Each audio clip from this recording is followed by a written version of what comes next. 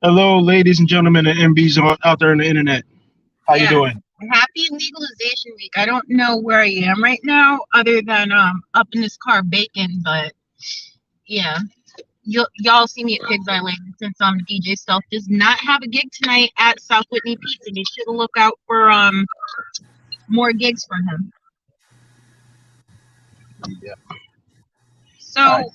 So So tonight we have honored guests, not a special guest, but an honored guest, because it's an honor to be in her presence. it's so exciting because I've been, Kamora's like, I'm gonna hop on this week. I'm gonna hop on next week. And then, Kamora just, oh shit, you just proved your point. Yeah, I did, didn't I? There's worse than me being here right now, ain't it? Assad, thank you for nodding. Yep. Tell So, me about this one. so yeah, Kamora proved herself right once again. This is why it's an honor to be in her presence. It is, and I absolutely love it. So thank you very much for showing up, Kamora. This is called experiential education. This is experiential education. We discussed it and then it happened and now we can learn from it. Yes. That's why I love this story. Okay. So my life goal is Kamora doesn't want anyone to be her, but I want to be as radical as she is at that age because they say that as you grow older, you grow more conservative. And the problem is that from what I've seen on the news and everything else, it seems you might have grown younger. And I need to know how you're leveling up with gray hair. I want to know how good. Because it looks dope. You got like the storm thing going on. I've got the evil Tulsi Gabbard, but you're just sitting here like, no, come on, this shit's natural. Well, clearly I must think way a whole lot up here. I don't know. I'm dealing with it, and I'm dealing with like understanding that what I thought 51-year-olds were when I was like 30 is how people think about me. Whatever, we got this. It's kind of fun, but I do enjoy. I enjoy ma'am now. I truly enjoy ma'am. And Evilly says, I don't know how many other people know, and I don't know how much I'm blowing up my spot. But in 9 years, if someone like under 40 decides to punch me in the face, then they're assaulting the elderly. And I am kind of looking forward to being a 60-year-old person who can say all the shit that I want, understanding that if anyone hits me, they're going to get the extra charge. Like those hate crimes never hit, right? So no one's ever going to go to jail for hitting me because I'm black. But maybe if I can send them to jail for hitting me because I'm old, we'll see where we go with that.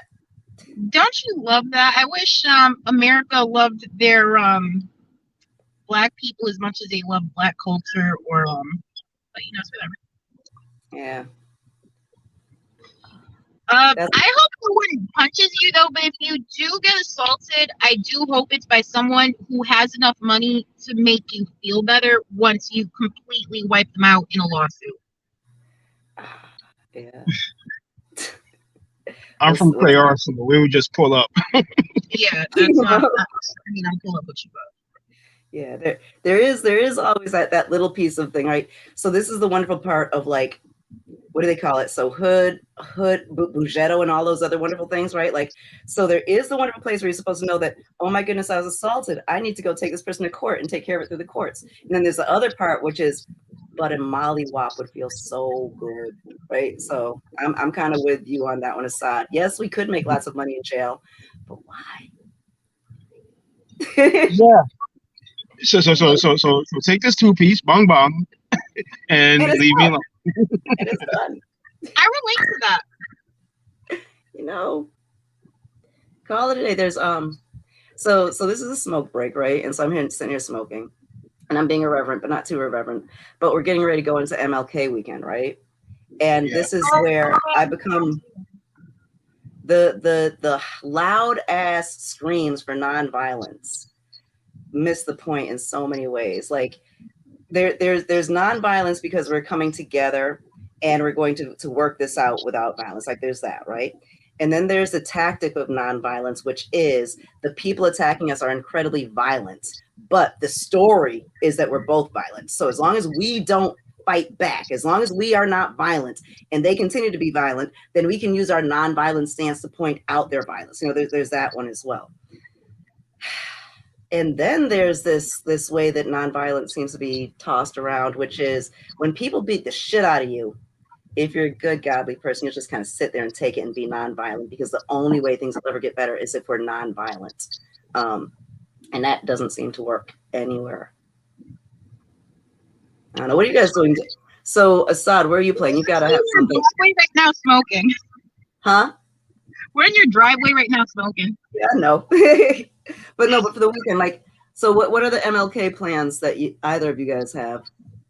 I currently don't have any at all. January is a very slow month for gigs and events for me, and this is a dad weekend for me. So this weekend I'll be doing stuff with my son, and hopefully I can introduce him to more of the culture that I'm already immersed in. He's been slowly but surely being introduced to it. That's exciting. You gotta take pictures. I don't know how. I'm just gonna wing it, just like any person would. I'm taking to some Mohegan Sun this weekend. We're going swimming, so. Oh, that's awesome. Where? Oh, they've got an indoor pool? Mm-hmm. Nice. Yeah, so Fun fact, my dad shares a birthday with MLK. Hey, Papa, you cannot forget his birthday. Now, wait, do you wait and observe his on the third Monday of January as well, or do you do his birthday? Nope, I acknowledge both of them on the same day. Nice.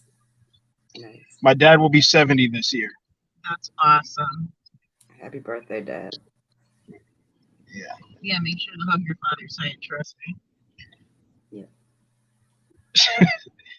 Well, I mean, I kind of hugged him because I had to give my son a hug on the way out, and he just brushed me off. He was like, "Oh, you're just leaving. Go." Wait, so I got a question. So your son still hugs you every time he sees you, right? Yeah. I am blessed to have a 14-year-old that still hugs me and an 11-year-old. Kamora, do yours still hug you every single time? And did they ever go through a period of embarrassment? Because my 14-year-old still hasn't done that. Both of them, let's see. So Isaiah tries to do like a little embarrassment every so often, right? So he'll do that. And I don't know if you heard, but I'm not allowed to call him sweet baby in public, right? I can't. But yeah, can't say that out in public. But no, he still hugs and kisses, and Joseph definitely does. That is awesome. Yeah, it is. Yeah, I'm like scared because I know my daughter went through that period, but I'm hoping that my son doesn't go through that. Mm-hmm. When my son gets bored or tired, he curls up next to me. He wants to watch his Paw Patrol. He wants to drink his milk or his juice or whatever. He'll curl up right next to me. I go to pick him up at the daycare. He greets me with a hug. And today I had to have a talk with him because he wasn't so nice at daycare. At a certain incident report, but I remember those. We reinforce whatever lessons he's learning elsewhere. We reinforce at home, and I make sure that me and his mother are on the same page with enforcing those lessons. So, it's funny that you sit there and you talk about spending the weekend with your son and doing these traditions, because I know Kamora was telling me something earlier today about traditions. Before we start asking her about that, what else do you plan on doing with your son? Because I know you got a djembe that you got ready for him. Yeah. Oh, and Christina's son still comes here. I met him. He's cool. He's not ready for djembe yet. I just what I'll do is when I have my drums home, I'll have some out, and I just have him play on. I'll play a rhythm and see if he wants to join. He'll play whatever he wants, but he'll see me perform at least twice, live in person, and he's seen me on video a few times. Awesome. I like that you bring him to gigs though. I wish I could bring him to every gig, but it's sometimes not practical when you have to choose: do I need a back seat or do I need to carry this equipment? Yeah. And then begging my father, hey, can you take him in his car, come to the gig? I have to get my father out the house and then get him to take my son with him. He's like, hey, watch him in the audience while I'm on stage for 30 minutes, but I'm backstage for 2 hours. Mm-hmm. Don't let him climb up on stage. Yeah. Nah, he's not gonna do that. Well, He's but actually really well behaved during gigs. You just got to sit down, like bounce him, and he's good. he mostly will be in shock and awe at what's going on because it's live in front of him and not on TV. Yeah, it's Yeah. fun to have him during gigs. Trust me. I love that. Was it there's Arrested Development had this song Mama's Always on Stage. And so back in my metaphoric soul days and my Oriki days, back when we were performing all the time, that was a song like before we went on stage. Let's see, I had my kid, all the other dancers had their kids, Mama's always on stage. We would always figure out some number that got our kids on stage with us, which is like, if nothing else, was a check-in in the middle of the show to make sure that we had not lost our children. But Mama's always I gotta on listen stage. to that song. Says, I always play Everyday People when I'm DJing at the skating rink, so I gotta check out that song. I actually have that CD somewhere in my house. yep, Mama's always on stage. Yep. Wait, so Kamora, I know you were mentioning something, so I'm sitting here like, and I want to know more about it because I don't really get it. You said something about the heritage thing, and I need to know more about connecting what it was with what it was. So I know you got onto the topic of family, and I'm kind of interested to find out what is this thing going on at the Connecticut Historical Society because Oh man. Okay, so that's gonna be pretty awesome. We've got, let me see, do I have my sack of books right here? No. But I'm like, you talk like we're sitting here talking about family, and I'm like, wait, she's got to sit there and talk about this because she spoke so much about like your roots, knowing where you come from and family. I need to know more about this. So does everyone else. well, the cool thing about that was so the Heritage Garden exists to tell the story of the Great Migration and of the what do you call it, the Triangle Trade, right? So really, how did the African diaspora come to be? I've said forever, we're separated by our boat stops. We're separated by our boat stops. We're only separated by our boat stops, right? Why do I not speak patois? Why is it that I don't know what Callaloo is? Why is it that I don't have these weird nanny stories? It's because of our boat stops, right? Because, well, before we got to the castles, we were many people from many different places, and they just kind of put us in these castles. Um, and the minutia of the slave trade is where the story is. When you realize, I wonder about people who are into purebred dogs, Black people who are into purebred dogs. And I really wonder if we understood how they bred us and how they made sure that our lineages worked in the ways that they wanted us, how we would feel about that. So when I think about all the strange ways that, Black folks are into dog fights, well, we had our stuff. I wonder what we would think if we had the full story and the full history. And a piece of what I do is try to create places for us to step into that full history and story. So the Heritage Garden grows kale, callaloo, and collards because I like alliteration, and the organization is Kamora's Cultural Corner, and that's KCC, right? So any way that I can play with words like that and have a theme, I'll do that. But deeper than that, those are three greens that keep us alive. That different, so kale, we'll give kale to the white folks. But collard greens, I'm a Black American. That's my green. We love it. We cook it. We do it well. Callaloo is the West Indian green. Specifically, that's the Jamaican green. They love it. They cook it well. And that's their green because of their fucking boat stop. Collard greens are our green because of our boat stops.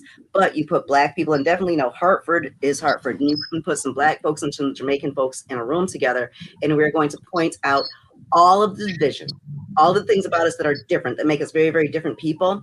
And when we really break it down and see what that is, then we understand that those divisions are false divisions that were given to us by the colonizer, right? So the Heritage Garden is a place for without the white gaze. Because I think one thing that we also miss very often when we're talking about, getting Black history into curriculums at school and all this other good shit, it's all at the behest of white people. And so for me as a Black person wanting to share the beauty of my culture and my heritage with other Black people of other heritages, I can't have the white person in there because the way the white person sees my culture doesn't give it justice it deserves. And therefore that person can't translate it. So our Heritage Garden really is set up, there's a history that exists there, but it's set up for experiential education, experiential learning, exchanging of knowledge between different melanated people. And as we stand around those really high beds and we talk about collard greens, and it can be a great conversation. Like I enjoy when the outliers show up, right? So I can talk about Isaiah. I've got a 10-year-old child, almost 11, who doesn't like fried chicken and doesn't like watermelon. Jamie's favorite food. When my child is in front of people, in front of Black people, and says anything about not liking watermelon or fried chicken, there are cultural conversations that just kind of happen, right? And honestly, in those moments, like I just had one this weekend. So there we were in a room filled with Black people and Black people who love Black people and Blackness, right? And there's my child saying, I don't like fried chicken and I don't like watermelon. And a nice, wonderful older Black person said, okay, I can get with the fried chicken. You know, I can't eat fried chicken anymore. But watermelon, really? Watermelon kept us alive. And all of a sudden, because there are Black people in the room, and this child is sharing like this fruit that is associated with us, but he's sharing that he doesn't like it.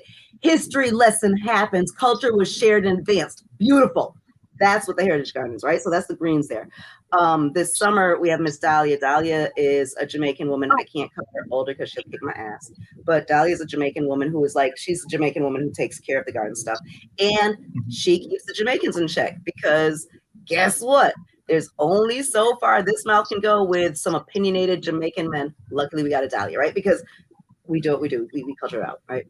But someone came, some Jamaican woman from across the street. I don't know, were you there when the Jamaican woman came and she cut the callaloo the wrong way? Or were you there afterwards when people were angry about it? I don't really remember this summer like that. I was a little under the influence.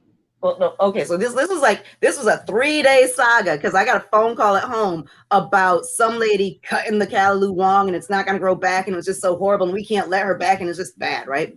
So she cut it wrong. And I got there the next day and I saw it and Dahlia told me I did it wrong. And then someone came over and I was going to tell him, you know, please cut it the right way. And he pointed out how wrong it was. And I got a very long Jamaican man's explanation on how it was cut wrong, how you're supposed to cut it right, like the whole thing. And then we ended up with, there were like 4 Jamaican folks standing over there at the callaloo beds, pointing to it, talking, they were pissed. And over there at the gazebo, it was me, some other Black people and some white people. And it was a whole lot of fun. Like, this is that cultural shit we're talking about. We don't know what's going on over there. That's theirs. They're taking care of it. It's going to be okay. That's theirs. So the greens in the Heritage Garden are that piece of education, really. So the greens, we can talk about. Before we talk about the next one, we need to cut for a commercial break. And I'm going to see this commercial. Yes, you are. Okay, good. Commercial time? Yes.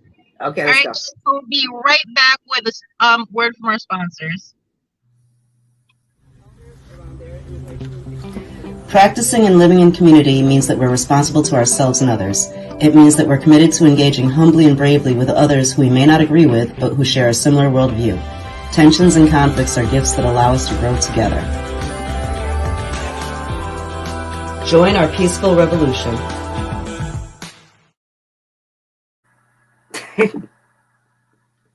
You've never seen that before. I've heard that before. Never saw it before. I heard it before. Yeah. That's fun. Okay, so everybody, the link is on our page. Please make sure to subscribe to her Patreon. And yeah, if you're watching this, let me jump in on that Patreon, right? So for real, $3 a month is $36 a year. You have no idea the flex I have when I go out and I'm like, look, you know how many people give me $3 a month? And that's how we pay for this stuff. So please support me. Please support me on Patreon. Please sign up as a monthly recurring subscriber.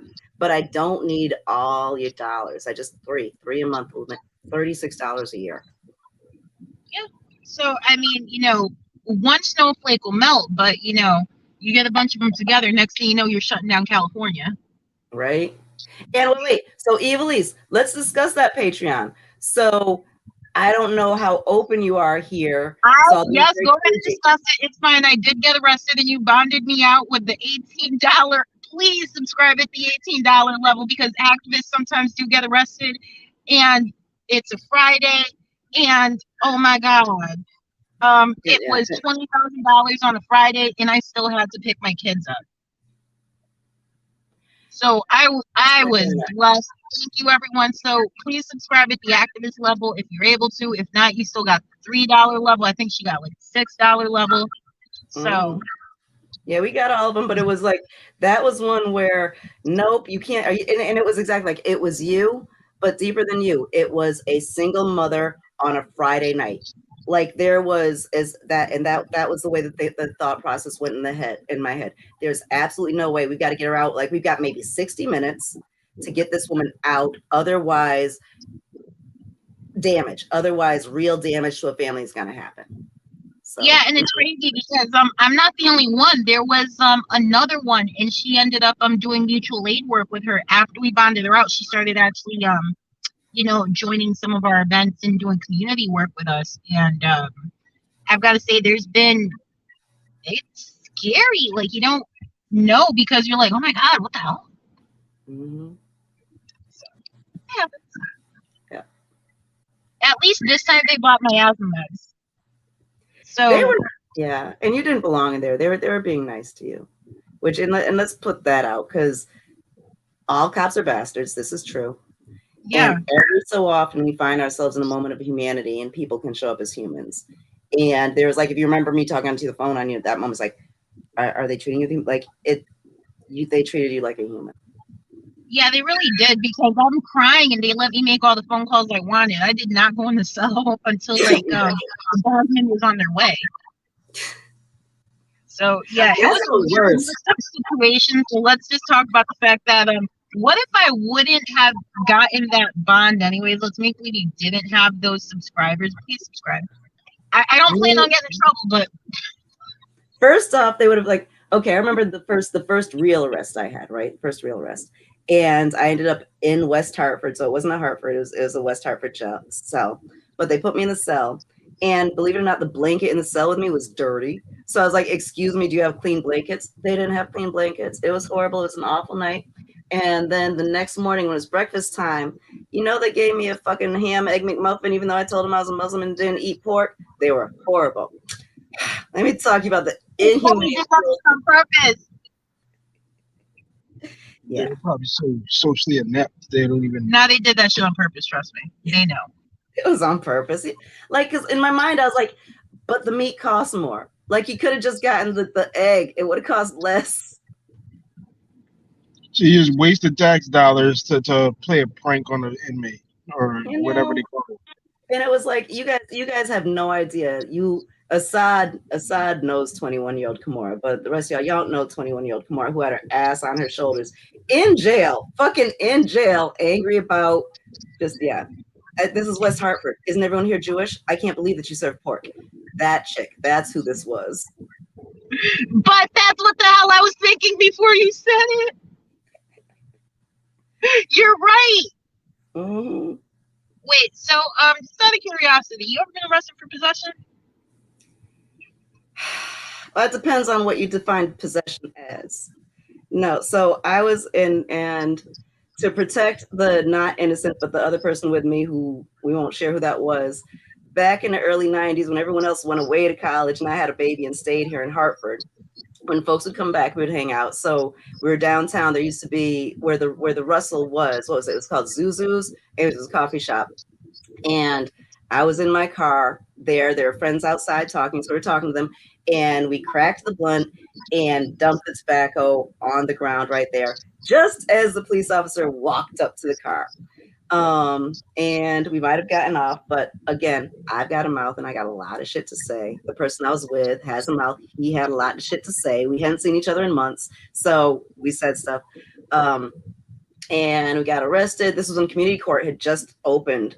Yeah, I used to work there. Yeah. This is a fun story, right? So we got to go to community court. We are both embarrassed as hell because we're grown-ups, but we're also children. And we're children like parents. My father ran juvenile detention, so my father knew all the judges. My father had been part of putting the whole community court thing together. And at this point, everyone's retired. So if anything about this was illegal, oh well. So they had us go in.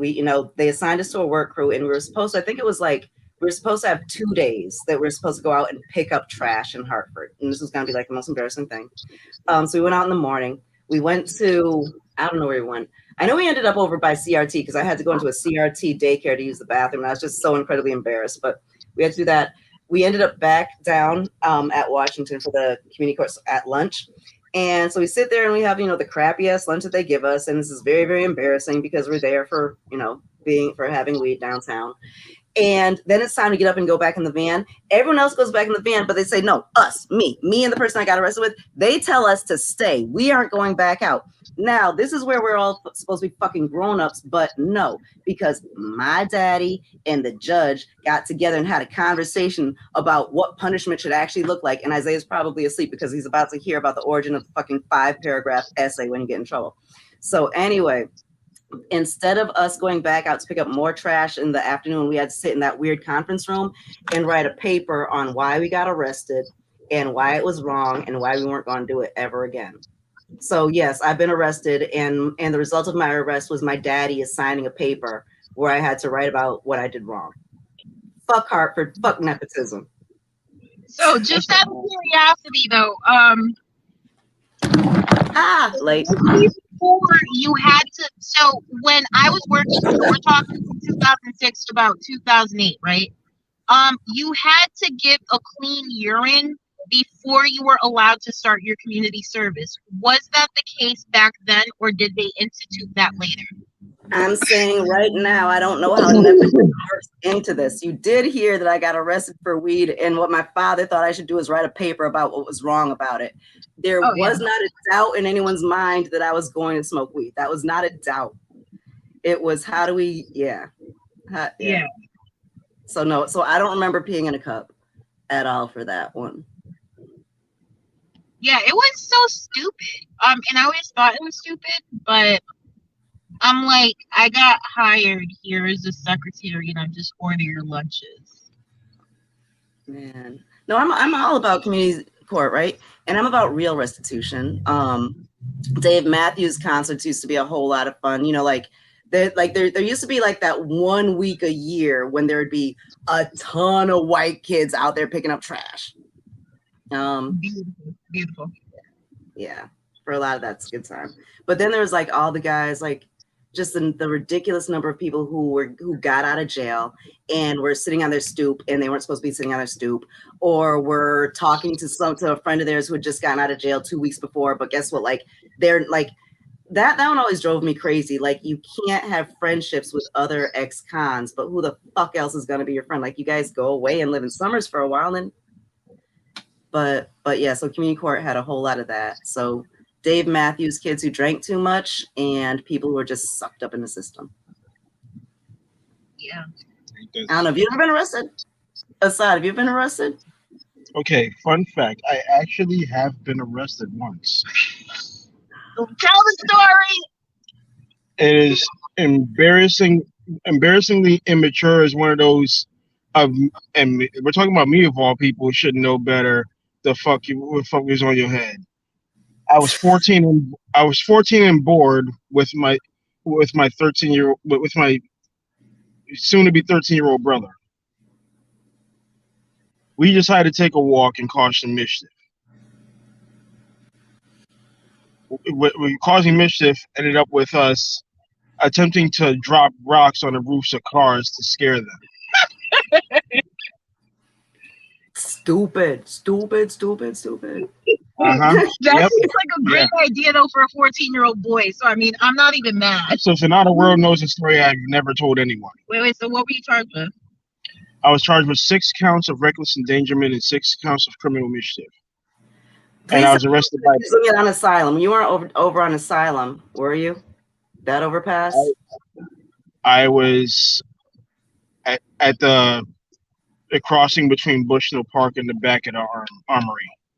Oh yeah. Okay. Damn, reckless endangerment. That could have just been a couple counts of criminal mischief. He could have murdered people. That was horrible.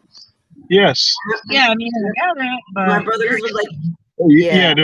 There's really no excuse to justify what I did. Yeah, I mean, not an excuse, but damn, you were a child. I'm pretty sure the arrest would have scared you. Well, yeah, especially a big ass state trooper that looks like the Undertaker. Me and my brother are wrestling fans, and didn't know we were minors at first. Oh, that's a scary part. Yeah, that face slam on the hood of the car was enough. Mm-hmm. And he didn't even put the cuffs too tight. Thank goodness. Pro tip, any viewers, when you are arrested in the cuffs, please make sure you ask them to double lock the cuffs. Double locking the cuffs will prevent them from locking tighter and tightening. So they hit a little pin so they don't dig into your wrist. So it's called please double lock. And you always say, officer, can you please double lock my cuffs? So I'm barely 14. I just recently turned 14. I'm just starting high school, but still juvenile middle school me is still in me. So that's what happened. As far as having, we What had you a clean. mean? I was doing that at 15. Like, you don't gotta be embarrassed about that. I was sitting there throwing rocks off the highway with my boy. And then afterwards, the cop brought me That's home. not You have to okay. understand. That's not okay. Some You have stuff to not. understand. I'm a kid that always was on the straight and narrow, and actually was bullied for it relentlessly in elementary school. So for me to do any type of trouble is out of character. It doesn't matter when, what, or where. So this out of character moment for me landed me 6 months of probation. Me and my brother both pled guilty because I mean we did it. What are we going to say? So what ended up happening is we were put in urban league program for juvenile offenses that happened to be at the same neighborhood bridges program at my high school. We were high school. That's odd. So, So I know hold on. you're justifying this, but I need to Hold understand. on. Wait, I gotta hear this happen. Because there's no justifying what I did. Period. Okay, but Let's I need get you to that. understand. I did the same shit. I get. And they brought me home. I get it. They didn't bring me home. They brought us to lockup. We were charged. We were photographed. We were fingerprinted. We didn't get brought home. We were bailed out with money. So you got brought home. I got brought home and I was doing the same exact shit and I was a little ruder. And the cop figured out I gave him a fake name because my mother's like, no, that's her middle name. But I don't want to dwell on that because there's a point to the story, which is where I was going. Okay, I'm just saying, one day examined that, they could have treated you differently. And listen, we're past that. Okay. Urban We're League. on to this part of the story now. We're at the Urban This League part now. of the we're at Urban League now. Okay. And I'm among. It's right in my school. So I have to do after class. I go there. I have to talk to this social worker every once in a while. But the social worker was also in the program with these other people, and I'll drop some names in a minute because a few influential people were in this program, and this is what long time led to me becoming the artist and teacher that I am now. Was all of this experience. So had that arrest not happened, I would have not met Sistan Nyong'o at the age of 14. I would have not met DJ Young London at the age of 14. Several other people were there. Terrain Jameson, Camilla Jackson, Ronell Montz, all of these individuals, these black individuals, and there's a few names I'm missing. That changed me, and I think one of maybe two or three that transitioned from the probation program to the program itself, where kids voluntarily joined. And I think I was among one of the only males that was long standing from this program. So this is, and then and coinciding with my Chicago thing, where I got to play trumpet in Chicago, changing my social standing in school. Then now I become one of these mentors for the new people coming through the same probation programs. Some of them I bonded with, some of them not so much, and one actually robbed me later on in years. But it was a change. It was a changing event for me in my teen years. I was one of the lucky ones to escape that justice system that way, and the promise the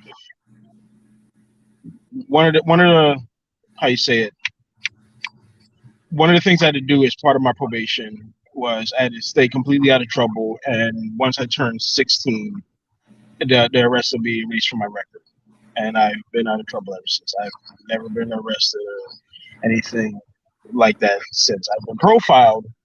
I've been stopped by police on foot. Never. I've only been pulled over twice in a car. Thank God. I and I wear my blacklist on my blackness on my sleeve. So I'm one of the lucky ones. Good. Oh yeah, no, I've gotten away with murder. It's actually horrible. So I mean, I so I was not charged as an adult because I was too young. However, everything else is like misdemeanors, and all the felonies have been dropped. And yeah, it is horrible, but that is awesome. So I That want you to know that it is good that you turned that negative into a positive, and that's probably also what made you a little bit more patient with people too. That I had to learn over time. So, just out of curiosity, then, what were your dreams before that? Funny enough, as a kid, I wanted to be a cop. My dad my dad let me watch an Arnold Schwarzenegger movie called Raw Deal, where he was an undercover cop infiltrating the entire mob in Chicago, and that shit was cool to me. I wanted to be that until 1992.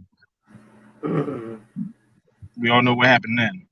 Wait, so mhm. more, what did you want to be? Mhm. What did you want to be? I want to be a cotton club dancer. Don't matter if it was the 80s. We're gonna bring that shit back. So yeah. Um and was going to like set off the next Black Renaissance. You know, Assad knows where I came from. We came from the Artist Collective. I came from the Artist Collective in the 70s.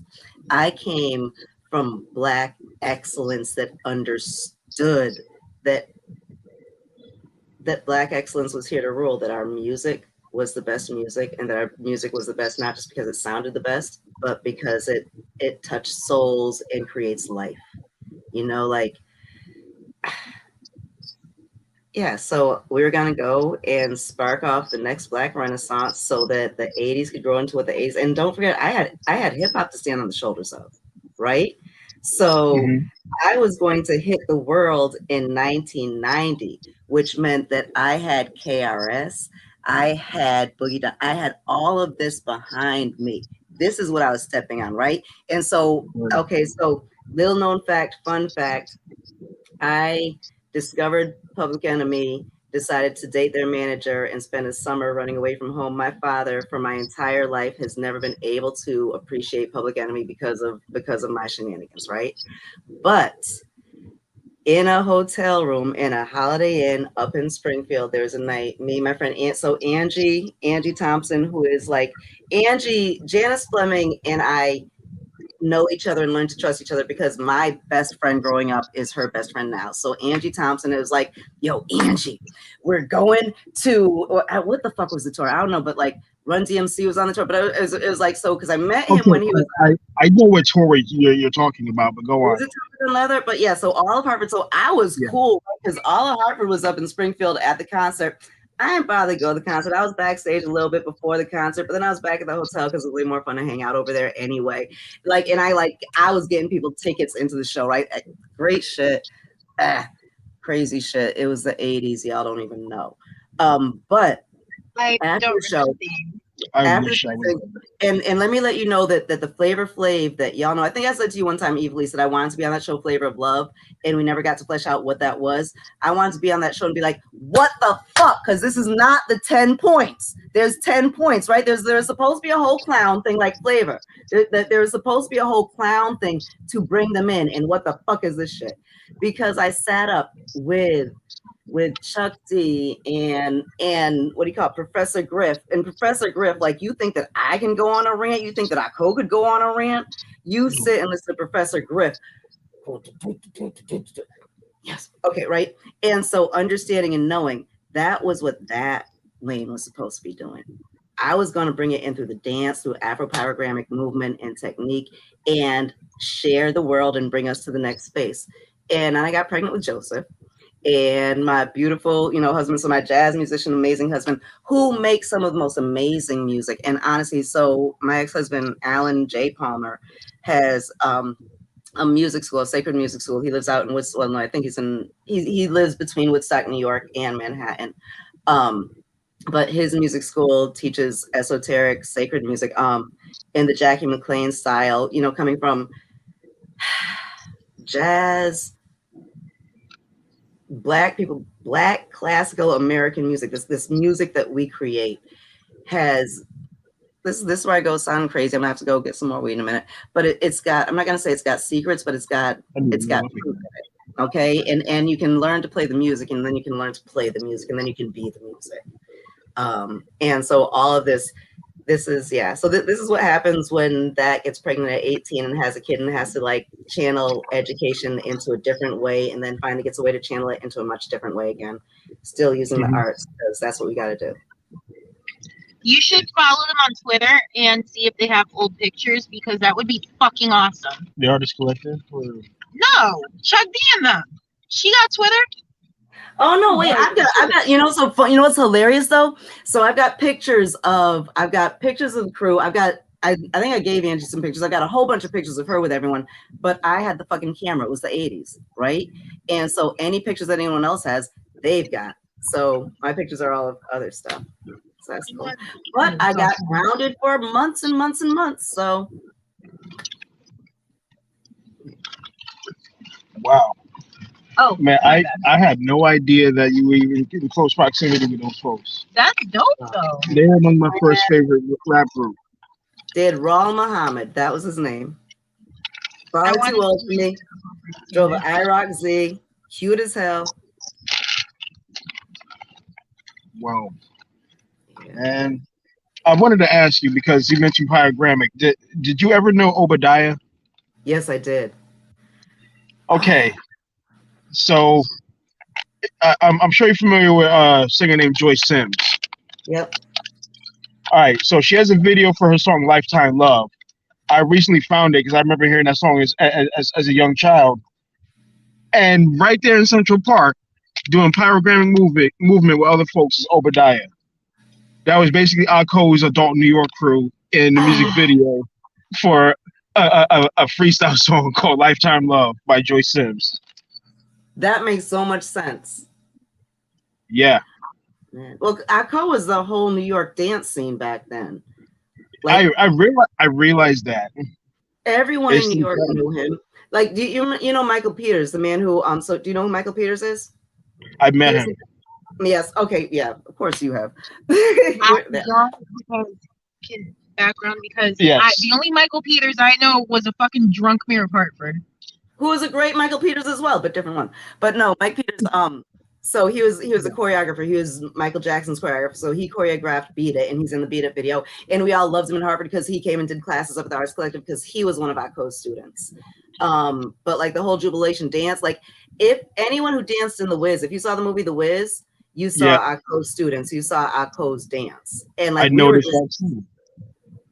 We did The Wiz for Artist Collective summer program in the mid 2010, mid 2000s. We did an Artist Collective adaptation of The Wiz, and we used some of the Wiz original music with other music pieces, and we did a lot that summer. That was a fun summer. If you dance with our co and then you see the brand new day, your body's just gonna fall into it. Your body, it's just choreography that your body's just gonna like. We understand this. It's some Kevin Jeff beautifulness. The amount of people that showed up for him and after his passing at the funeral and the wake, and everyone. Man, I had to drum for 5 different dance pieces plus 2 drum pieces. My dashiki was soaking wet. It had to be peeled off of me. My arms hurt for days. I couldn't really drum after that. Yeah, I bet you were like, what up? But I didn't let up one bit while I was playing. No, so I'd say the worst dance class I ever had was not co-class, where it was okay. So Vanetta Daniels, dropping fun stuff, dropping names. Dee Dee, Mary, we're all up in there, and we're just like tired. So we're the front line, right? And so the front line meant that we taught dance class, so we taught the other dance classes, and then we took our own dance classes, and then we were performing ensemble. So then we had to go off and do performance for that, right? So we thought we were hot shit, and B, we were tired. And Co had this wonderful way of standing in front of you and going 5, 6, 7, 8. And then we dance our asses off, and he'd go 5, 6, 7, 8. We dance our ass off, right? So we were complaining, and I think it was Vanetta said he doesn't even dance. And so then he did everything. So like, you go across the so you dance across the room, and then you go around. So you kind of halfway get a little bit of a break as you do this, right? Co went with everyone, boom, boom, boom, and he worked us out and did everything that we did on 10. And then that was it. It's like, okay, we'll never complain again. I've been in classes with our co where he don't even change into dance clothes, and he outworked the kids. Yep. When he changes into dance clothes, he's serious. But when he stays in his dress, he never dressed casual. He always had fly shoes, slacks, a fitted shirt, a kufi or something like that. He was always dressed up everywhere he went. If you make him get up and dance in those clothes, you fucked up. Yeah, you did. Because he ain't gonna half-ass it. One time he entered a room, he just did a whole freestyle while we were drumming and then cut us off. And he just started, I am 72 years old. And then he went on a rant. And that's the end of the class. That's class. Okay, here we go. Yeah. Sometimes he ran so long they don't even dance. They just have to sit and listen. Yep. Yeah. But when it's time to dance, better dance. I wish. Okay, so right now I'm smelling Clark Street. I'm not smelling the Albany Avenue Arts Collective. I'm smelling the Clark Street Arts Collective. I never got to experience Clark Street, but I made my mark on 1200 Albany Avenue. No, Clark Street, where every so often everyone would have to get into the front dance room and sit down because they'd be shooting outside. So you'd have to sit down because somehow whatever that was going to be. But I just remember all of the dance classes that digressed into ACO would say a thing. So someone wouldn't have cut the bottom out of their tights and you'd have to explain what was wrong with that. Someone would say something about the ballet shoes that someone else was wearing, and the amazing indoctrination education in Blackness that we got from the Artist Collective. Man. Yeah. I was telling someone the other day, it was ACO, we were getting ready to do Yabo, we were doing princesses. Back then you had to do a paper, right? So there's a whole lot of work that happened. And so we all had to pick some type of an Egyptian queen, and we had to study her, research her, write about her, and present about her. And he grabbed me. So this is the same time. So we're also around the time doing Nina Simone's 4 Women, right? And so out of our front line, I was Sweet Thing. Angie was Peaches. Vanetta was Aunt Sarah. Anyways, he picked all of us. Every character who he picked, that is who we are. He pegged us on that shit. But he pulled me aside and he was like, and you better not pick Cleopatra. And then I had to hear, just a minute, but then I had to hear about how horrible Cleopatra was and about why I might think she was not so horrible, but why I needed to know that she was really, really horrible. And then go off, and he gave me a couple of prompts, but go find yourself a real queen who did some queen shit and go learn some queenness. So, who would you pick again? Huh? Who would you pick again? Oh, from that one, what do you call it? Nzinga. Are you kidding? I am still lazy. It is still Hartford, which is the easy one. Nzinga. I'll be right back. I've got to run downstairs. Y'all talk for a second. I'll be right back. Okay. All right. So while she shit. So wait. Hold on. So while she's running downstairs, a lot can be said about the Hartford history and its impact on outside of Hartford and outside of Connecticut. If she mentioned that ACO ran the New York dance scene, you've seen it. You've seen it in cinema. You've seen it on screen. Fame, there's ACO's influence there. Beach Street, there's a scene where the college students are doing the choreography. ACO's influence is there. I mentioned the music video. I've been in the scene. I've been a first-hand witness, and I've seen it all. I've seen the connection. You know what I was just telling our audience in Evilise about what you said about running New York's dance scene. When you think about fame, when you think about Beach Street, the scene with the college performance, you see Akko all over it. Yes. I was actually going to point out the sign or the painting right behind you. Oh, Tree, yeah. Black Art Heals. Tree created that when we got back from the tour. So, Black Art heals because, yes, it does. But you said something about you're not going to stop till everyone's shouting it from the rooftops. I'm not sure if I heard you right. When? Just now? So earlier in the day. Yeah. Oh, I'm not gonna stop shouting it. But you know it's awesome too. There's I wish I knew. I want to say it's Native Art Heals. I want to say that's the name of it. But at the same time that we went on our tour to do this, these four I'm gonna get it completely wrong, but these four Native women, jingle dress dancers, went on a tour to all of these different reservations around the country, meeting other beautiful, amazing Native artists and dancers, bringing their understanding that there's healing in their art as well. Like that, so that felt pretty awesome. But our art heals. The art of Indigenous people heals. Like this is what it's for. Now, like what was it that was going on? You said the Artist Collective because you were talking about the Artist Collective. Is it there or where is he? Because you said something's happening in February. Oh, for us, we're showing the documentary, not at the Arts Collective. We're showing the documentary at the Art House Theater. So if you would ever like to go see a XXX movie in a movie theater with a lot of other people for some reason, go to the Art Cinema anytime between Wednesday and Monday, where they've got big old porn, like it's 1978 in there. That's all I can say. It's 1978. Boom, chicka, boom, chicka, boom. And they're closed on Tuesdays. And they're pretty cheap. And we love to take people outside of their comfort zone. So on Tuesday, February 21st, we are showing the documentary that goes with the tour at the Art Cinema. Nice.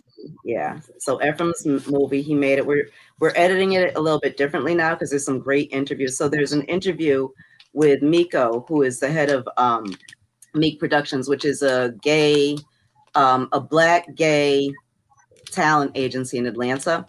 And he's a black gay man my age. And it's just I think it's me talking, it's fascinating. No, but it's like the stuff that we're talking about. So I'm coming at it from, like a Northern Black lesbian's perspective. He's coming from a black Southern gay man's perspective. And we're talking about different incidents in history. Like we talked about the Atlanta child murders. And that's something that I really want our conversation was cool, but hopefully it's a jump out to others. I think a whole lot of people need to listen to older, because Evelise likes to say I'm older, but older black gay people talk about what that was and what that meant and how that affected people's views and lenses. Whew. It's not that you're older, it's just It's just that my child is 5 years younger than you. Keep talking. Well, yeah. I mean, when I went through the training, she'll kill me if I finish that sentence. Never mind, because even though it was a training I took, what did you do? Nothing. I was booted off because wait, right here. Because you're talking reckless. That's what happens. See, you talk reckless, you get booted. So basically you're not supposed to be considered old. Basically they're supposed to be like raising the retirement age. You're supposed to be doing everything else. That sucks. No. I don't want to hear raising the retirement age to not make me old. They can do something else, but they should not have to make me work older to make me feel younger. That's not gonna work. That's gonna fail. That's better. Sorry. Yeah. Yeah. So it's not that for. Basically, you are considered to be able-bodied, mentally young. Basically, due to access to better nutrition and everything else. Yeah. I guess. Yeah, I guess you would have been like this at our age back in the 1800s. Oh, damn. Well, maybe not even. Like she would have been like this at 25 back in the 1800s because an I don't average know. guy was like 40. You're thinking the 1400s. I don't know. We don't live long. People were living to at least their 60s in the 1800s. Okay, so basically, I'm describing a time period where me and her would have been burned. That would be today. Yeah. Where are we gonna go? Yeah, because my daughter asked, blah, blah, blah. And I'm like, brave of you to assume I would have been alive to have you. Yeah. Man, I wonder about time and place. Like this is an interesting time and place to be alive. And I wonder how I would have conformed to other periods of time.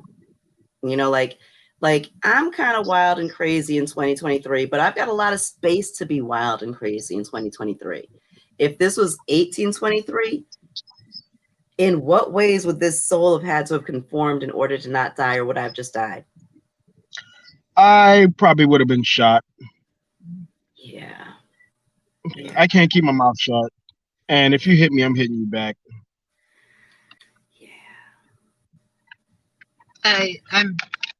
Yeah. No, I would have been. Let's just say I might have not been dead. But yeah, I would have definitely eventually probably threw myself into the sea. Yeah, I would have been shocked because you can't catch me long enough to hang me. I'm fighting back. Yeah, or I would have died in childbirth.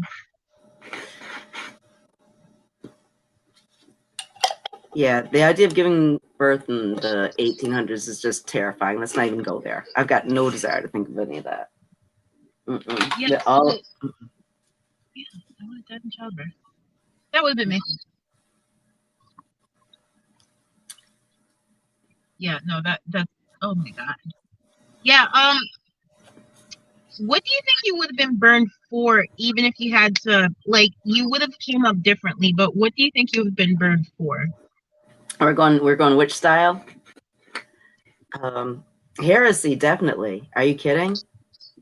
Straight up heresy. I would have to contradict everyone, even if I tried to do it. Like, I remember once I was maybe 14 because I was trying to figure out, I've always been trying to figure out how to share ideas and opinions and whatever. And my father loved arguing and loved discussion and loved debate and all this good stuff. But one time I pissed him off. So I was like, Dad, I completely understand what you're saying. I completely hear where you're coming from. And I understand why that works for you, but I disagree. And it's just like, and I was just like, it's such a plain and simple. And I got smacked in the face. So I learned that it was not a good idea to complete like, this is your world and that's perfect for you. Me? Nope. So yeah, it'd be heresy. Like I can't, when I took karate in junior high, when we had to take karate, there was Sensei Sue, and I didn't like Sensei Sue, and I didn't think that I needed to bow to her because I didn't feel I needed to respect her, and everyone told me I had to respect her, and I was like, nah, I don't, because she's not respectful. And then she got arrested, and I was like, see, I told y'all. So yeah, I'm really not great at respecting what I'm supposed to respect because I'm supposed to respect it. I'd been burned at the stake for heresy, yeah. What about you, son? Oh,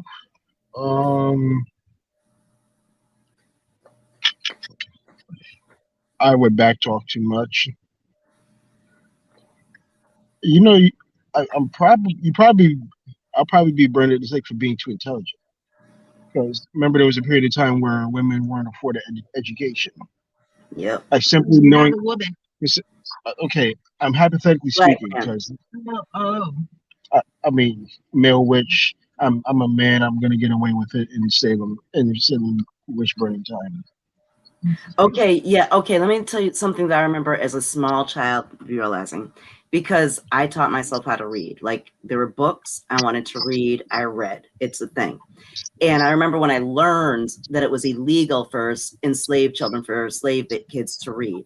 And I realized that, like, oh my God, they would have killed me because I would have just looked at the books and I would have been like, and can you imagine like having to feign ignorance to such an extent that like some people Just read, just intelligent, and just that natural intelligence makes you the person who they want to murder. Fuck. Yeah. And they murdered so many of our smart ones, and we're still brilliant. Ah. This is true. This is very true. You think people are afraid to show their I'm brilliance? so fucked up right now. So I'm not. Oh no! Keep going. Let's keep going. Do you think people are afraid to? Do you think people are afraid to show their brilliance because they murdered so many of our great ones? Yes. And I'm not sure how many people know it, but yes. And I don't remember if it was in a lecture or if it was an actual class, but learning about how Black parents parent in a way that looks as if it's deficit based, but it's really survival based. So during enslavement, they would sell our kids away from us. And so when the people came by to figure out who they were going to buy, you know, if they saw your child and they're like, oh my God, he's strong. A mother who loved her child and wanted to keep her child would say something to the effect of, yeah, but he's dumb as fuck. Yeah, but he's slow as hell.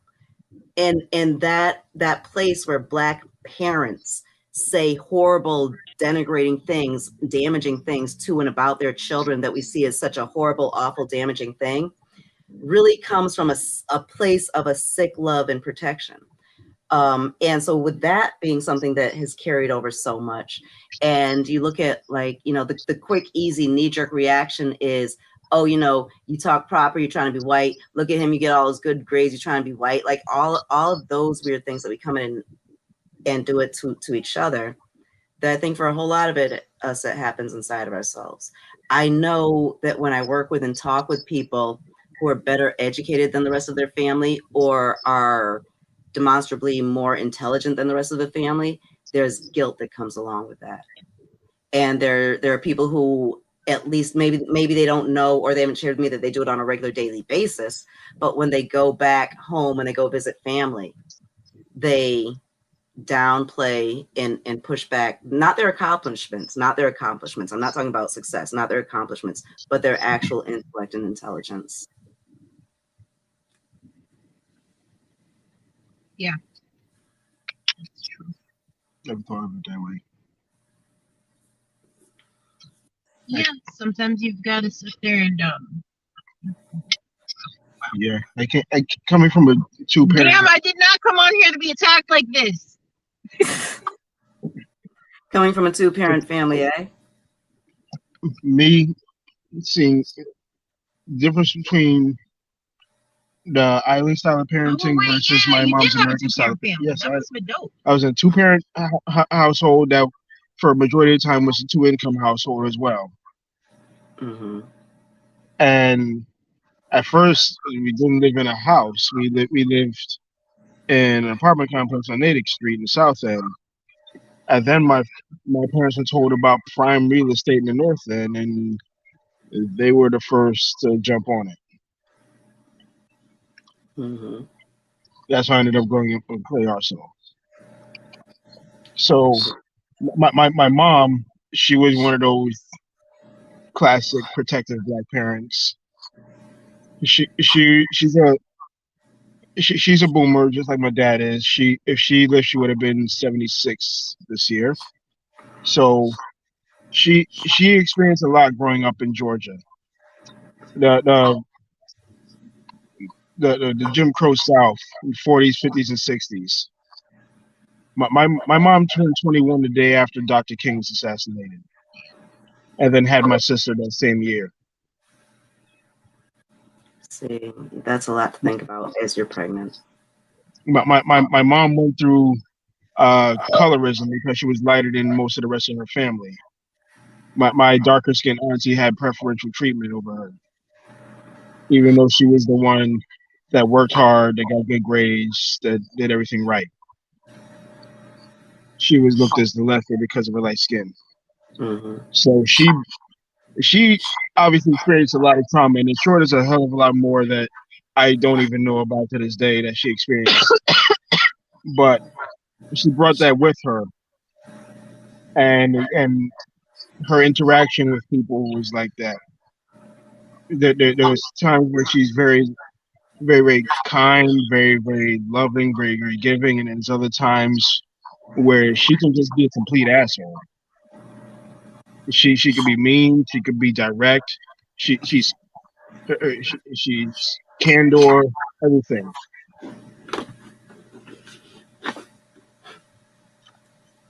But on my father's side, the nurturing side of my grandmother Mm-hmm. came from a place of love that didn't have anything to do with whatever her personal trauma would have been. And that was So your dad's that mom. yeah. So my upbringing was a mix of those two worlds, and neither one of them being from Connecticut. I'm the first Connecticut born. I'm experiencing Connecticut. They're experiencing Connecticut through me in a sense because they're not growing up in it. They came as adults to Connecticut. Mm-hmm. My sister was 9 years old when my mom moved up here. My dad moved up here and they happened to meet at the same job. 5 years later, here I am. And you show up, and you're Connecticut. You are from those places, but you're not from those places. I've been to the Caribbean, not St. Thomas, but I've been to the Caribbean. Cultures are very similar. I've been to Atlanta.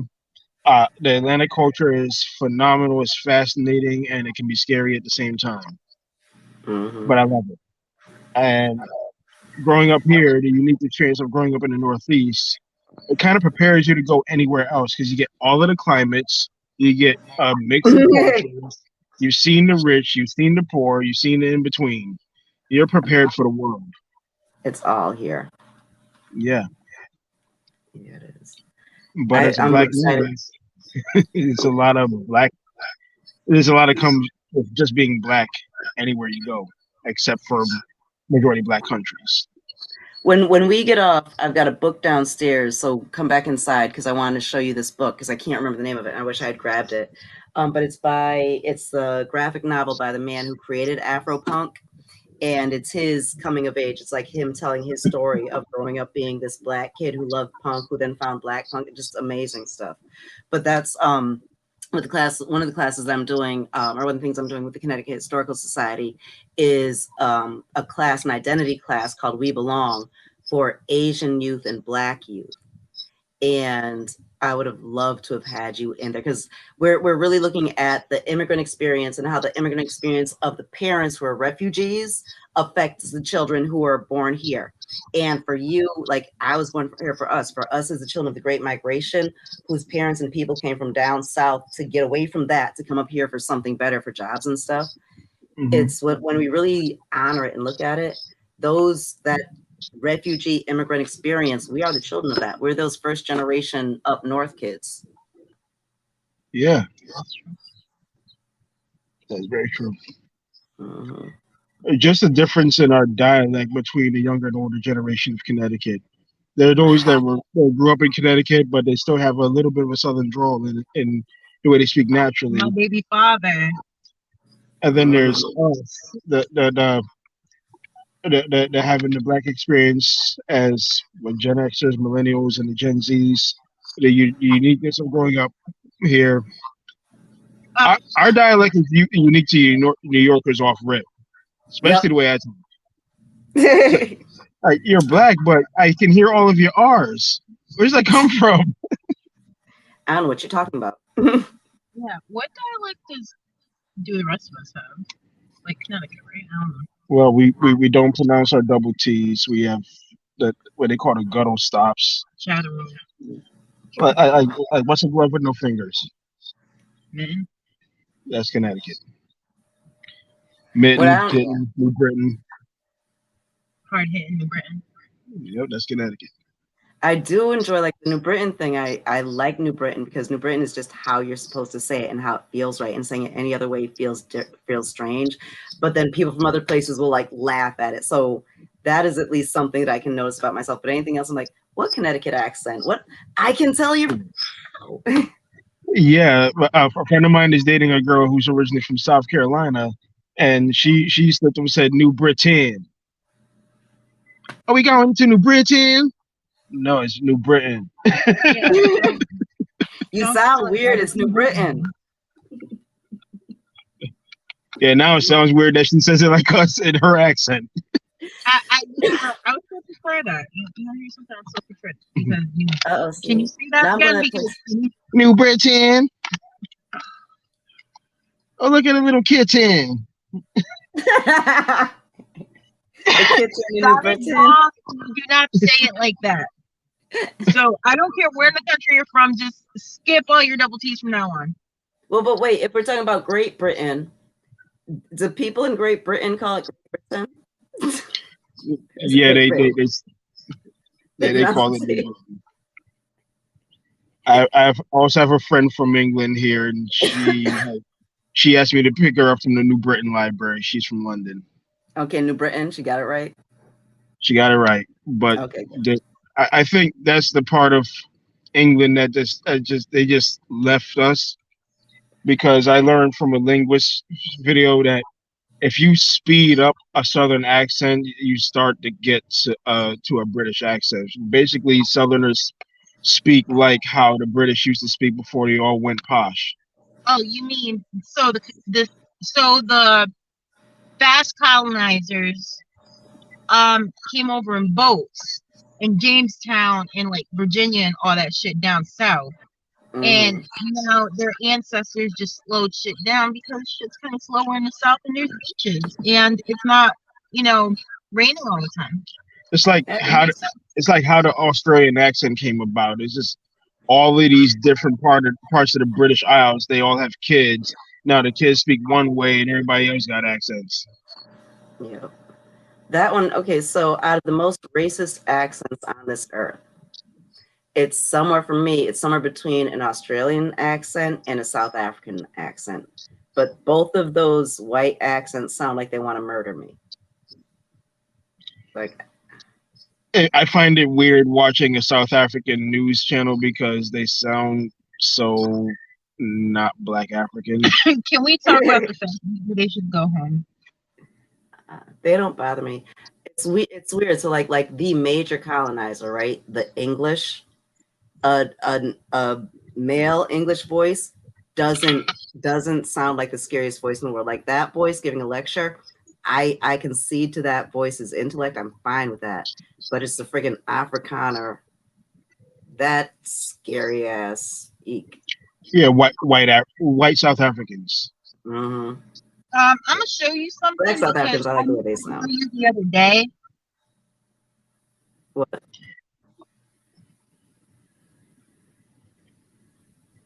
What's that? Okay, she's gonna post something up on the screen. Mm-hmm. I damn sure am. As for show and tell, what are we about to see? So we're talking about white South Africans, right? Mm-hmm. Yeah, let me share my screen. Oh, people were watching. Let's see. So Christina, the High Bazaar is this Saturday in Hampton. Christina's son is 18 and he still hugs her when he gets home, whenever she gets home. Matt's here. Hey, Matt, what's up? What's up, Sarita? Okay. Cool. Oh, let me pin her comment real quick. Okay. There we go. Okay, what are we doing? Mm-hmm. I'm about to show you something. Hey, Sarita, how you doing? Hey, Sarita. Much love to you. Make sure we're gonna hit you up on Facebook. Damn, so these are white South Africans, right? And that's what they call themselves? And that's what they called themselves during apartheid, right? The Afrikaners, yeah. Yeah. Yes, they did. They're definitely white South Africans, and they definitely refer to themselves as such. You can see it right here in their signs. Yeah. Is it bad? I don't condone violence against the farmers, but I'm just saying. Is it bad that I like the movie Chappie? I don't think so. So they specifically said Europeans only. But Africa. You said Europeans only. Yes, their signs did say Europeans only. So, but they're Africans, sort of. They're born there, but they're not European. But they're European. Here we go. They've procreated one generation in, so now they've got white persons.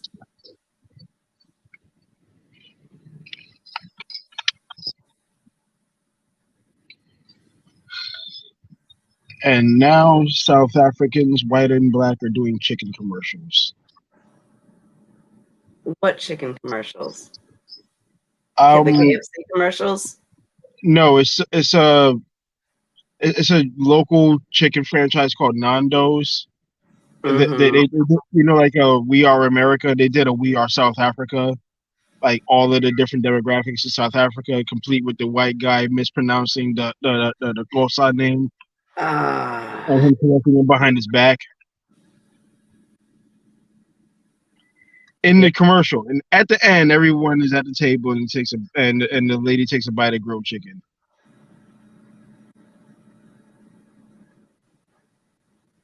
The white, the black, the Indian, the mixed. We are South Africa. Let's eat chicken. You saw Atlanta, right? You saw the last season of Atlanta. I didn't finish watching it yet because I got distracted with other shit. You gotta watch it because there's the. Did you see the episode where they take what do you call it? Rep your hood. They take Paperboy Singer or buy your hood and then just like whitewash it completely. I saw some of that episode. That's where I left off. That's exactly where it is. That one is awesome because they take like, yeah, you got to watch that whole episode. And then we've got to talk because they take all of the like me type people, like the people who figure out how to like make money off of anti-racism and just exposes so many of them as just like complete charlatans. Like, okay, so they said a racist thing. So we're going to go on, they're going to do their panel discussion. They're going to talk about how bad it is, how it's never going to happen again. And they're all going to like, someone's podcast is going to get paid for, someone's going to get an actual shit. Like, it's just such a fucking racket. But just like real life. Yep, exactly. Because there's Paperboy actually like, and he's angry. He's like, no, man, we can do something. We can really make a change. And he's like, we got to have buy your hood. And they're like, yes, we're going to create an ad campaign and we're going to talk. And instead of it being a whole bunch of black folks telling other black people to buy from other black people, it is, there's the Hasidic Jewish people. And there's is like, buy your hood. And then there's like the rich New York people, the white New York people, but just making it very clear that this is, as long as we all support local, then everything is good. And he's angry afterwards. He's like, yo, they co-opted it. And then the one who, like, I swear this character is based off of Magic Johnson's son, right? And he's there and he's just like, did you really think that they were going to create an ad campaign that's going to put them out of business? Like, figure out how to get your coin. I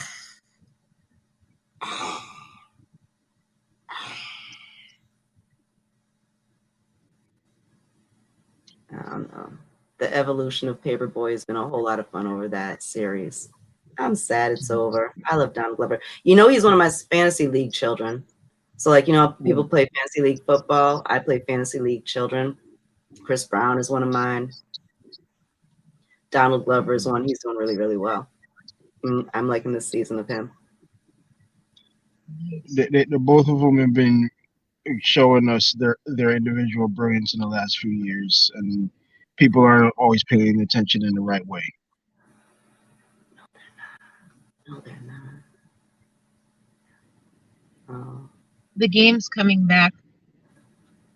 The game? Really? So, like the football game with the wives and. Oh, that show. Yes. Oh, a TV show? Yes. What TV show? The game. It's a show called The Game. You got me. It's a fictional show about football managers and football coaches and their wives and the infidelities and the drugs and the drama and the violence behind the scenes. They're trying to keep it away from the cameras. Let's play football. It's a black drama series. I see, a nighttime soap opera. Something like that, yeah. Yeah, it's a novela in English. Yeah. So it's super exciting because it's everything I grew up with in my language. That'll be fun. Enjoy that. Huh? I just think of it as a novella. It makes sense. Yeah. I've only watched one novella in my entire life, and that's the Celia Cruz one. Oh yeah, no. So every 6 months, Spanish language television, they air soap operas and they end, and you're super disappointed, but then you get on to the next one. But they had like seasons, so I was gonna stick with them because this is gonna be my guiding light. But it's not gonna be for old people; it's gonna be relevant. And then it went away. It stopped. Yeah, and then Empire went away. I mean, didn't the Young and the Restless do that once? Listen. So my grandmother told me that some of them have actually been on before they were on TV. They were on the radio. So she would listen to them on the radio and they were adapted for television later on, which I thought was crazy. So some of these soap operas that we watched back in the 80s or The Young and 90s. the Restless, Days. I know Days of Our Lives was on the radio. All those, yeah. I think Guiding Light was too. Yeah. Mm-hmm. So this was gonna be like my thing. That was gonna stick around forever, and no, Empire went away. But I still have Power. I liked Empire. Empire. I love me some Cookie. I love strange relationships like that. Cookie and Lucius, I love them. I got bored with Empire and started watching Power. I was following it for a while, and then after a while, I was like, "This is corny." Me and my Trump supporting boss bonded over Cookie on Empire. He would faithfully watch it with his daughter during, like, she would come home from break and they faithfully watched all the episodes, all of them. They loved every season of it. There was nothing you could tell they ain't shit. They fucking loved Empire.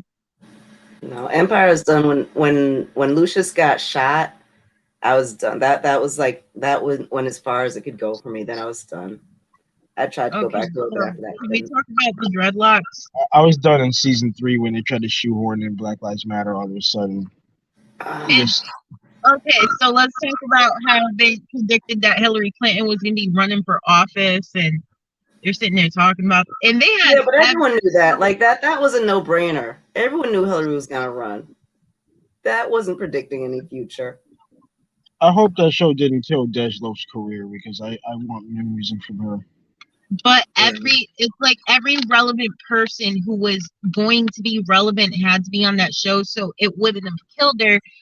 It would have showed that she was relevant. Because anybody who's on there, we're talking Chris Rock. These people are still actively working now, except for Monique. Yeah, well, yeah. I don't know. Didn't Tyler Perry give Monique a job? No. For some reason, I hope she fucked that up. God, I hope she's no pumping out. I hope she never sees this now. She probably never will, but God, I hope she sees this. We'll go viral. I don't want to go viral. I just like talking to activists and state reps and senators and shit. Like and I deal with, and I'm a performing recording artist. No, it's just us. So it's just us. I know it's just us. So, I exist in two worlds where I'm fighting the same system I benefit from. Is there any ethical consumption under capitalism? I mean, you're not a corporation. So I mean, I'm a small business. Okay, and small businesses, the backbone of America. You should be proud. You are a black man in America. You were owed something. Because you were born, with whatever. The government already is actively attempting to fuck you. Black Panthers are my heroes. There we go. So on top of self-sufficiency, mutual aid, and everything else, there still should be that understanding that just because we're best working with each other, that they shouldn't cut those fucking checks. They need to cut all the checks. And not only and then we can go in and see that it's empty. They need to continue on. This would be funded by banks such as Chase, Wachovia, and others. Wells Fargo bought Wachovia, so there's a list of corporations that do have to pay these annuities, and I don't give a fuck if they go out of business or what. because this is how you profited in the first place. But also free college tuition retroactively for 5 generations. I think homes should just be given. So, but that's just me. I would take 40 acres and a mule in a second. And again, watch Atlanta. I love me some Donald Glover's the Atlanta reparations episode. It's awesome because white folks aren't stepping into the conversation because it doesn't affect them. So like I know that everyone here has thought about reparations and how they would affect them personally, how they would affect the community, what it would be like to get a big lump sum check, what it would mean to, like, as you're saying, give education for all. But this is the thing that we think about and we're invested in. And until everyone has to be invested in it, no one's going to think about that. No one's going to think, like, your idea to me doesn't work. I'm sure if I shared my idea with you, it doesn't work. I'm sure that if like 3,000 Black folks got into a room with their very well thought out ideas on exactly how reparations would work, there'd be flaws in every last one of them. And we need to like make this something that everyone thinks about on a daily basis to get there. Like there's I think there are two major national groups that have their ideas on what reparations should look like, as far as like what's owed to each of us personally, what's owed to and how to do all of this. But I would love to see it be something taken seriously by everyone. And there's a whole group in America that doesn't give a fuck about the idea at all. Yes, it goes back to intersectionality. You don't think about it until you cross paths with it. And if it doesn't affect your life, you're not going to continue thinking about it or caring. And there's a whole lot of people who really believe that, you know, my parents never owned slaves. I never ever owned slaves, so I didn't benefit at all. And they probably owned them and you don't know about it. No, but honestly, like let's talk about a Polish family that got here in 1958, right? So they never owned other human beings. They have benefited completely and don't know it. Like it's there all over the place. So what you do is you cut them off at the redlining. So you're so you have to sit there automatically. If you sit there and do that, you got to remember historically. Okay, but your family wasn't redline, motherfucker. Yeah, but they have never thought about it, Evilise. The concept of redlining means nothing to them because they've never had to deal with it in Poland. You know, you got to keep shoving it down their throat. Trust me. That just. It's madness. It's madness, but I mean, you have to bring them to the point where they have to see how it affects life and then put themselves into that life's shoes. Until they can see it for themselves, happening to themselves, they won't see it just by us shoving it down their throats. I mean, some people probably empathize with us, and then they're like, "Yeah, well." Empathy's a start, but empathy is only the door to education. Mm-hmm. Thank you. Until you're educated. What he just said, write that down and make that a quote. Empathy is a start, but what? It's nothing without education. It's only a step into education, and that like it's a doorway to education. It's a doorway to education. You just gave me exactly what I do. And this, Evilise, if you've been here earlier, Saad, this is what I'm saying about what the Heritage Garden is. I am not teaching about a red CP and expecting that to be the history. All right, so here's the exact quote. Empathy is a start, but empathy is only a doorway to education.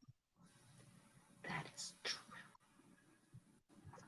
I got a picture of me. I'm going to put that on it with your name under it. It's going to be so cool. I'm in a doorway and somewhere in Puerto Rico. It's awesome.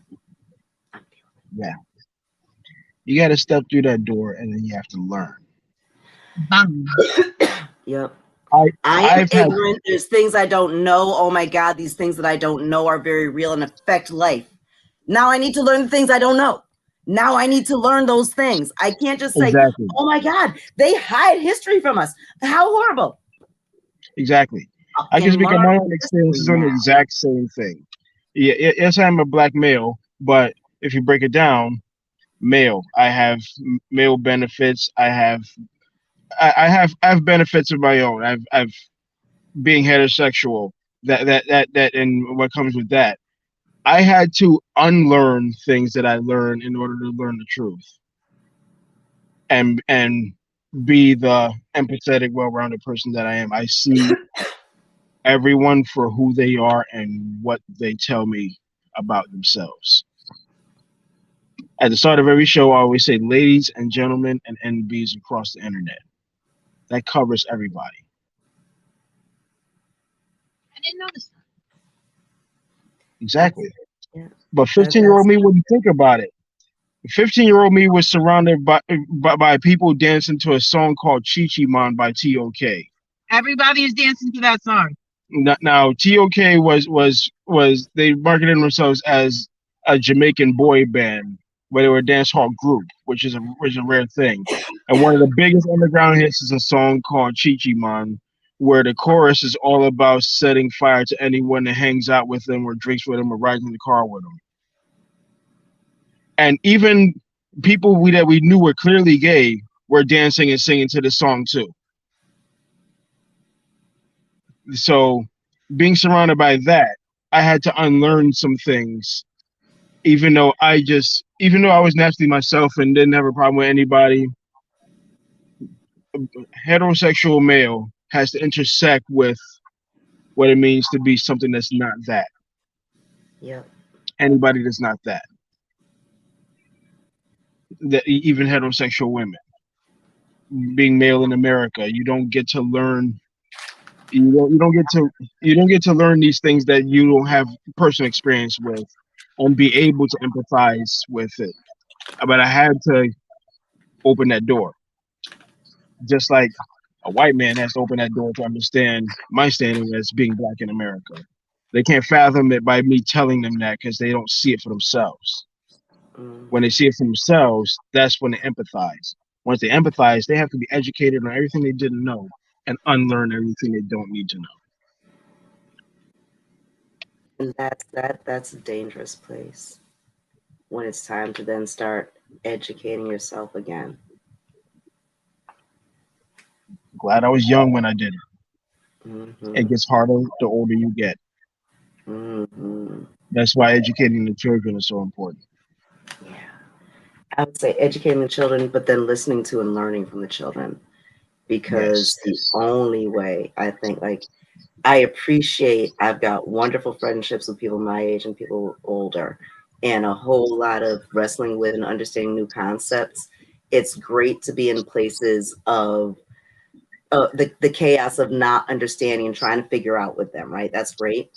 And then there's a wonderful place of being with young folks who have other new ideas and concepts and like seriously new different ways of thinking, and being in that space and listening to and learning there.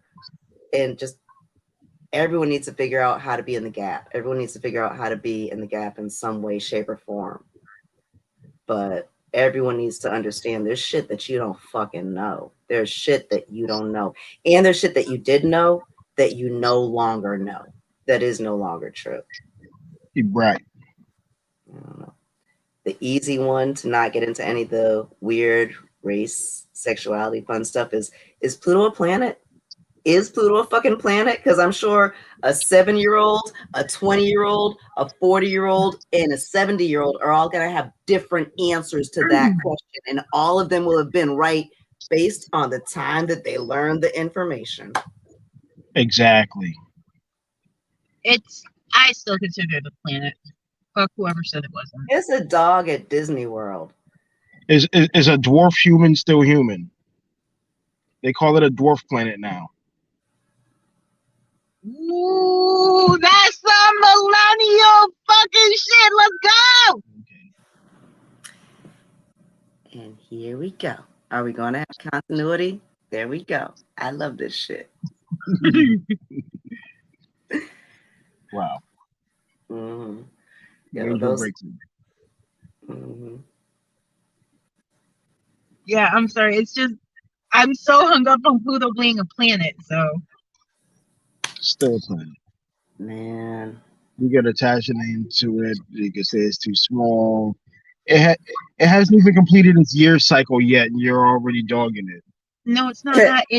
I'm like really I like really like, outer space and everything when I was little. So I mean, I had to figure out how to sit there and get Pluto with Mary's violet eyes, Meg Johnson, up nights, period. And I just had to get used to saying it. And I thought it was stupid, but there's not too many rhymes to go with it. Things. I mean, they made one planet a proctology joke. Naming wasn't thoughtful for the future.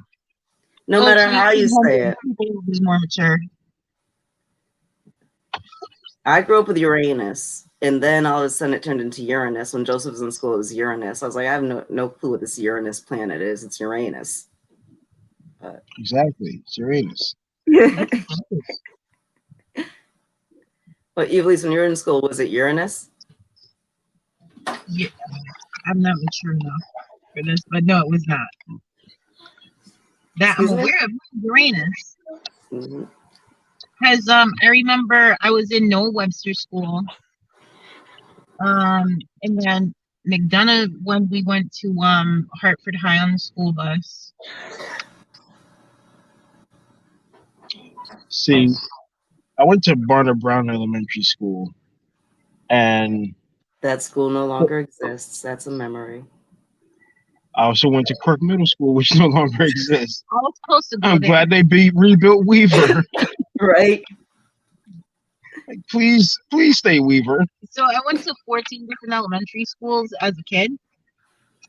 And then afterwards, I was supposed to they were going to have me stay one place in middle school. So they're like, fuck that. We're not sending her to Quirk Middle. So they sent me to East Hartford. So in elementary school, they introduced us to the planets using clever tactics. And majority of us listened. Let's be real. You got a classroom, there's a likelihood that somebody's connected to a gang in the class. And it was true. Wow. All the kids except you connected to a gang? No, it wasn't like that. Some were from the projects. Some had legacy, like their uncle or their dad did this, did that. So they were raised by the grandmother, raised by their cousin, raised by their mom, something like that. Every kid in the class had a story. But there were select teachers, no matter who they were, that actually got them to listen to some shit. Sitting in 7th grade, we're learning about Mozart. This dude is bopping his head hard as hell, like the latest Method Man freestyle until Mozart, because that bass line hard. That was at Quirk Middle. That sounds like Quirk Middle. Yeah, we were taking a test on what we learned about the Baroque period, and the classical period and Romantic period in music. And this is actually classroom, not even like a band or anything like that. And some kid that loves the shit out of Wu-Tang, loves the shit out of Coolio, loves the shit out of Cypress Hill. He just, while we're taking a test, he's bobbing his head hard as fuck. I don't know what it was, but somehow teacher got through to him. It felt, yeah, he felt that shit. Got right to his soul. And this is kids that don't listen to shit in any other class. He listened that day. Noah Webster had a little game problem with the kids. So it was being in the ass for me because one kid had a crush on me, but at the same time, his father was in a different game than mine. So, yeah, we fought a lot. So there's like some little West Side Story, Romeo and Juliet, West End shit happening there. So that made it a problem. So yeah, it sucks. It was weird times in the 90s. It really was. Man, it really was. I was friends with his sister though. His sister was cool as fuck. I got stories for days. Huh? I got stories for days. I think we all do. Hartford's pretty unique like that. Hartford history needs to be documented better. It really does. It really does. I want to know about Walter S. Miller. There was a time we were at the old State House, and I realized there was an exhibit downstairs that explained Harvard's industrial history, Mm. and I never got to see it again. And now Old State House Museum's closed. The old State House used to have great exhibits, like really good exhibits about I Connecticut. used to go in I there. learned so much in that building. Yo, one of the things that was great about being a Hartford kid is that the people in the institutions would kind of ignore you, and so you could just be in there. So, like, I know I've spoken to Andres Chaparro. He had a relationship with the Wadsworth. I had a relationship with that building because you could just go in and they'd leave you alone. You could just go like develop your own relationship with art. When Real Artways was downtown, where it's bricked over now, Asylum. So where it's bricked over, where that used to be, there was Hannes's there. There was a bakery where I used to go in because I went to St. Joseph's, and they used to make like a little frosting rose on my finger, and I'd get like a frosting rose every day. That was awesome. But Real Artways was there for a minute, and look up look up Piss Christ. I can't remember the name of the artist, but they had this crazy ass exhibit. And one of the things, I was in third grade, and one of the pieces was called Piss Christ, and it was a rosary I think it was in a jar of piss. But Wow. I got to go wander in that shit. Wow. Found Piss Christ. It was at Real Artways in Hartford on Asylum Avenue. There is a Wikipedia article. Wow. So all right. So my thing with the arts. So yes, I was a Catholic school child, and I got to go in and see that wearing my little Catholic school uniform. You know, the crazy ass hippies working at Real Artways loved that shit. It's fascinating. I need to hit them up again. Oh, you got to pull. This is Piss Christ. There we go. Why is Trump there? Fuck Trump. It must be a latest piece.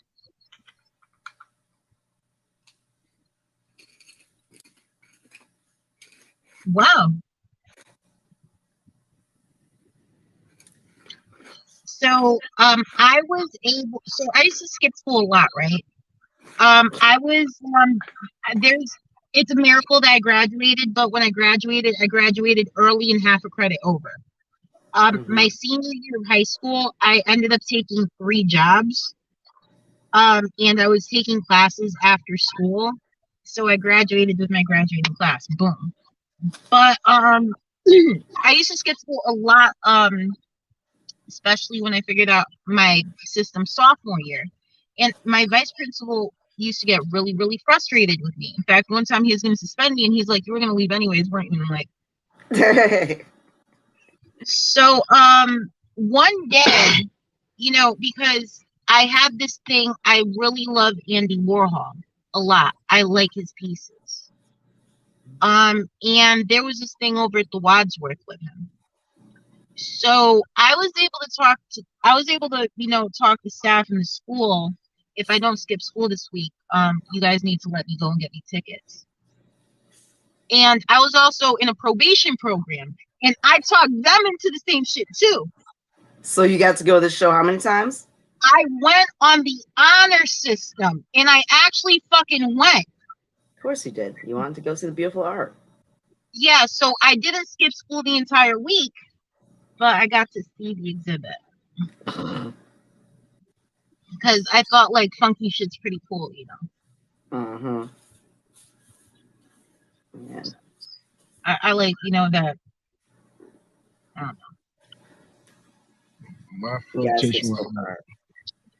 My flirtation with art actually started with DJing, believe it or not. I tell people that it started with the trumpet. That came actually later. I didn't actually start DJing, but 1991, we go take a trip to New York to see my cousins in Brooklyn, and realizing that my older cousins are DJs. They do this. They do this shit I see on TV. We're in New York. I can't believe we're in New York and my cousins are DJs. So I'm like 5 years old seeing all of this. Like, it's actually possible to do it yourself. Mm-hmm. So I asked my dad how to use a tape recorder. I started making my own mixtapes off the radio that young. He did let me know what tapes to buy, how to use the lead tape, so I get the whole song.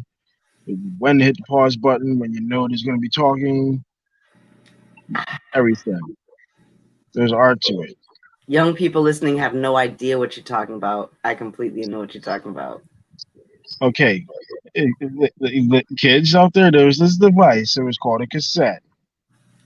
You stick They it in the watch machine. Stranger Things. They watch It's in Stranger Things. Oh yeah. The tape No, or sound. Isaiah doesn't understand recording. We've talked about recording songs off the radio. He doesn't understand, like, not Brad Davis. What is his name? Oh, Gary, whatever. He was on 96.5 forever. Gary Craig. Gary Craig, yeah. So I was saying I've got all these songs with Gary Craig talking on them. Isaiah's had no clue why I would have the DJ talking on the song. I have a cassette. Oh shit! I have a cassette. It's so annoying too. Where my father made, and he fell asleep, and actually catches the radio host talking about upcoming events in 1991. See, that's awesome. Now, at the time, annoying as fuck. At the time, you didn't care what's happening around a roll. Shouting out names I never heard before, everything. Okay, you keep pointing at the time, but these are important conversations. It is. We're supposed to do another commercial break by now. Man, it's 11:42. I need to take my ass to bed. Isaiah's got class at 9:15 in the morning. Oh yeah, I bring Jamie to school at 7. I have to drive my son to daycare before work. Ouch. See, now mine just sounds trite because Isaiah just has to get up and turn on his computer and be there with his people. We don't have to leave the house at all. Oh no. Then afterwards, what am I supposed to do? Yeah, I mean, while my work commute is 12 minutes, daycare is a half hour from my house, so I have to move with efficiency in the morning. Yeah. So, okay. So, thank you for having me on your smoke break, beautiful people. Yes, I will indeed. see you later. Aside, you going to come inside and get this book? Yes. And you're always welcome back on the show. Thank you. I would love to come back again when we can actually do it at 6:30 and not 9 and change. Yeah, today was on me. Last minute family obligations. I understand. I got you. Understood. Yes. Okay, folks. All right. See you soon. Peace, ladies and gentlemen, and then peace.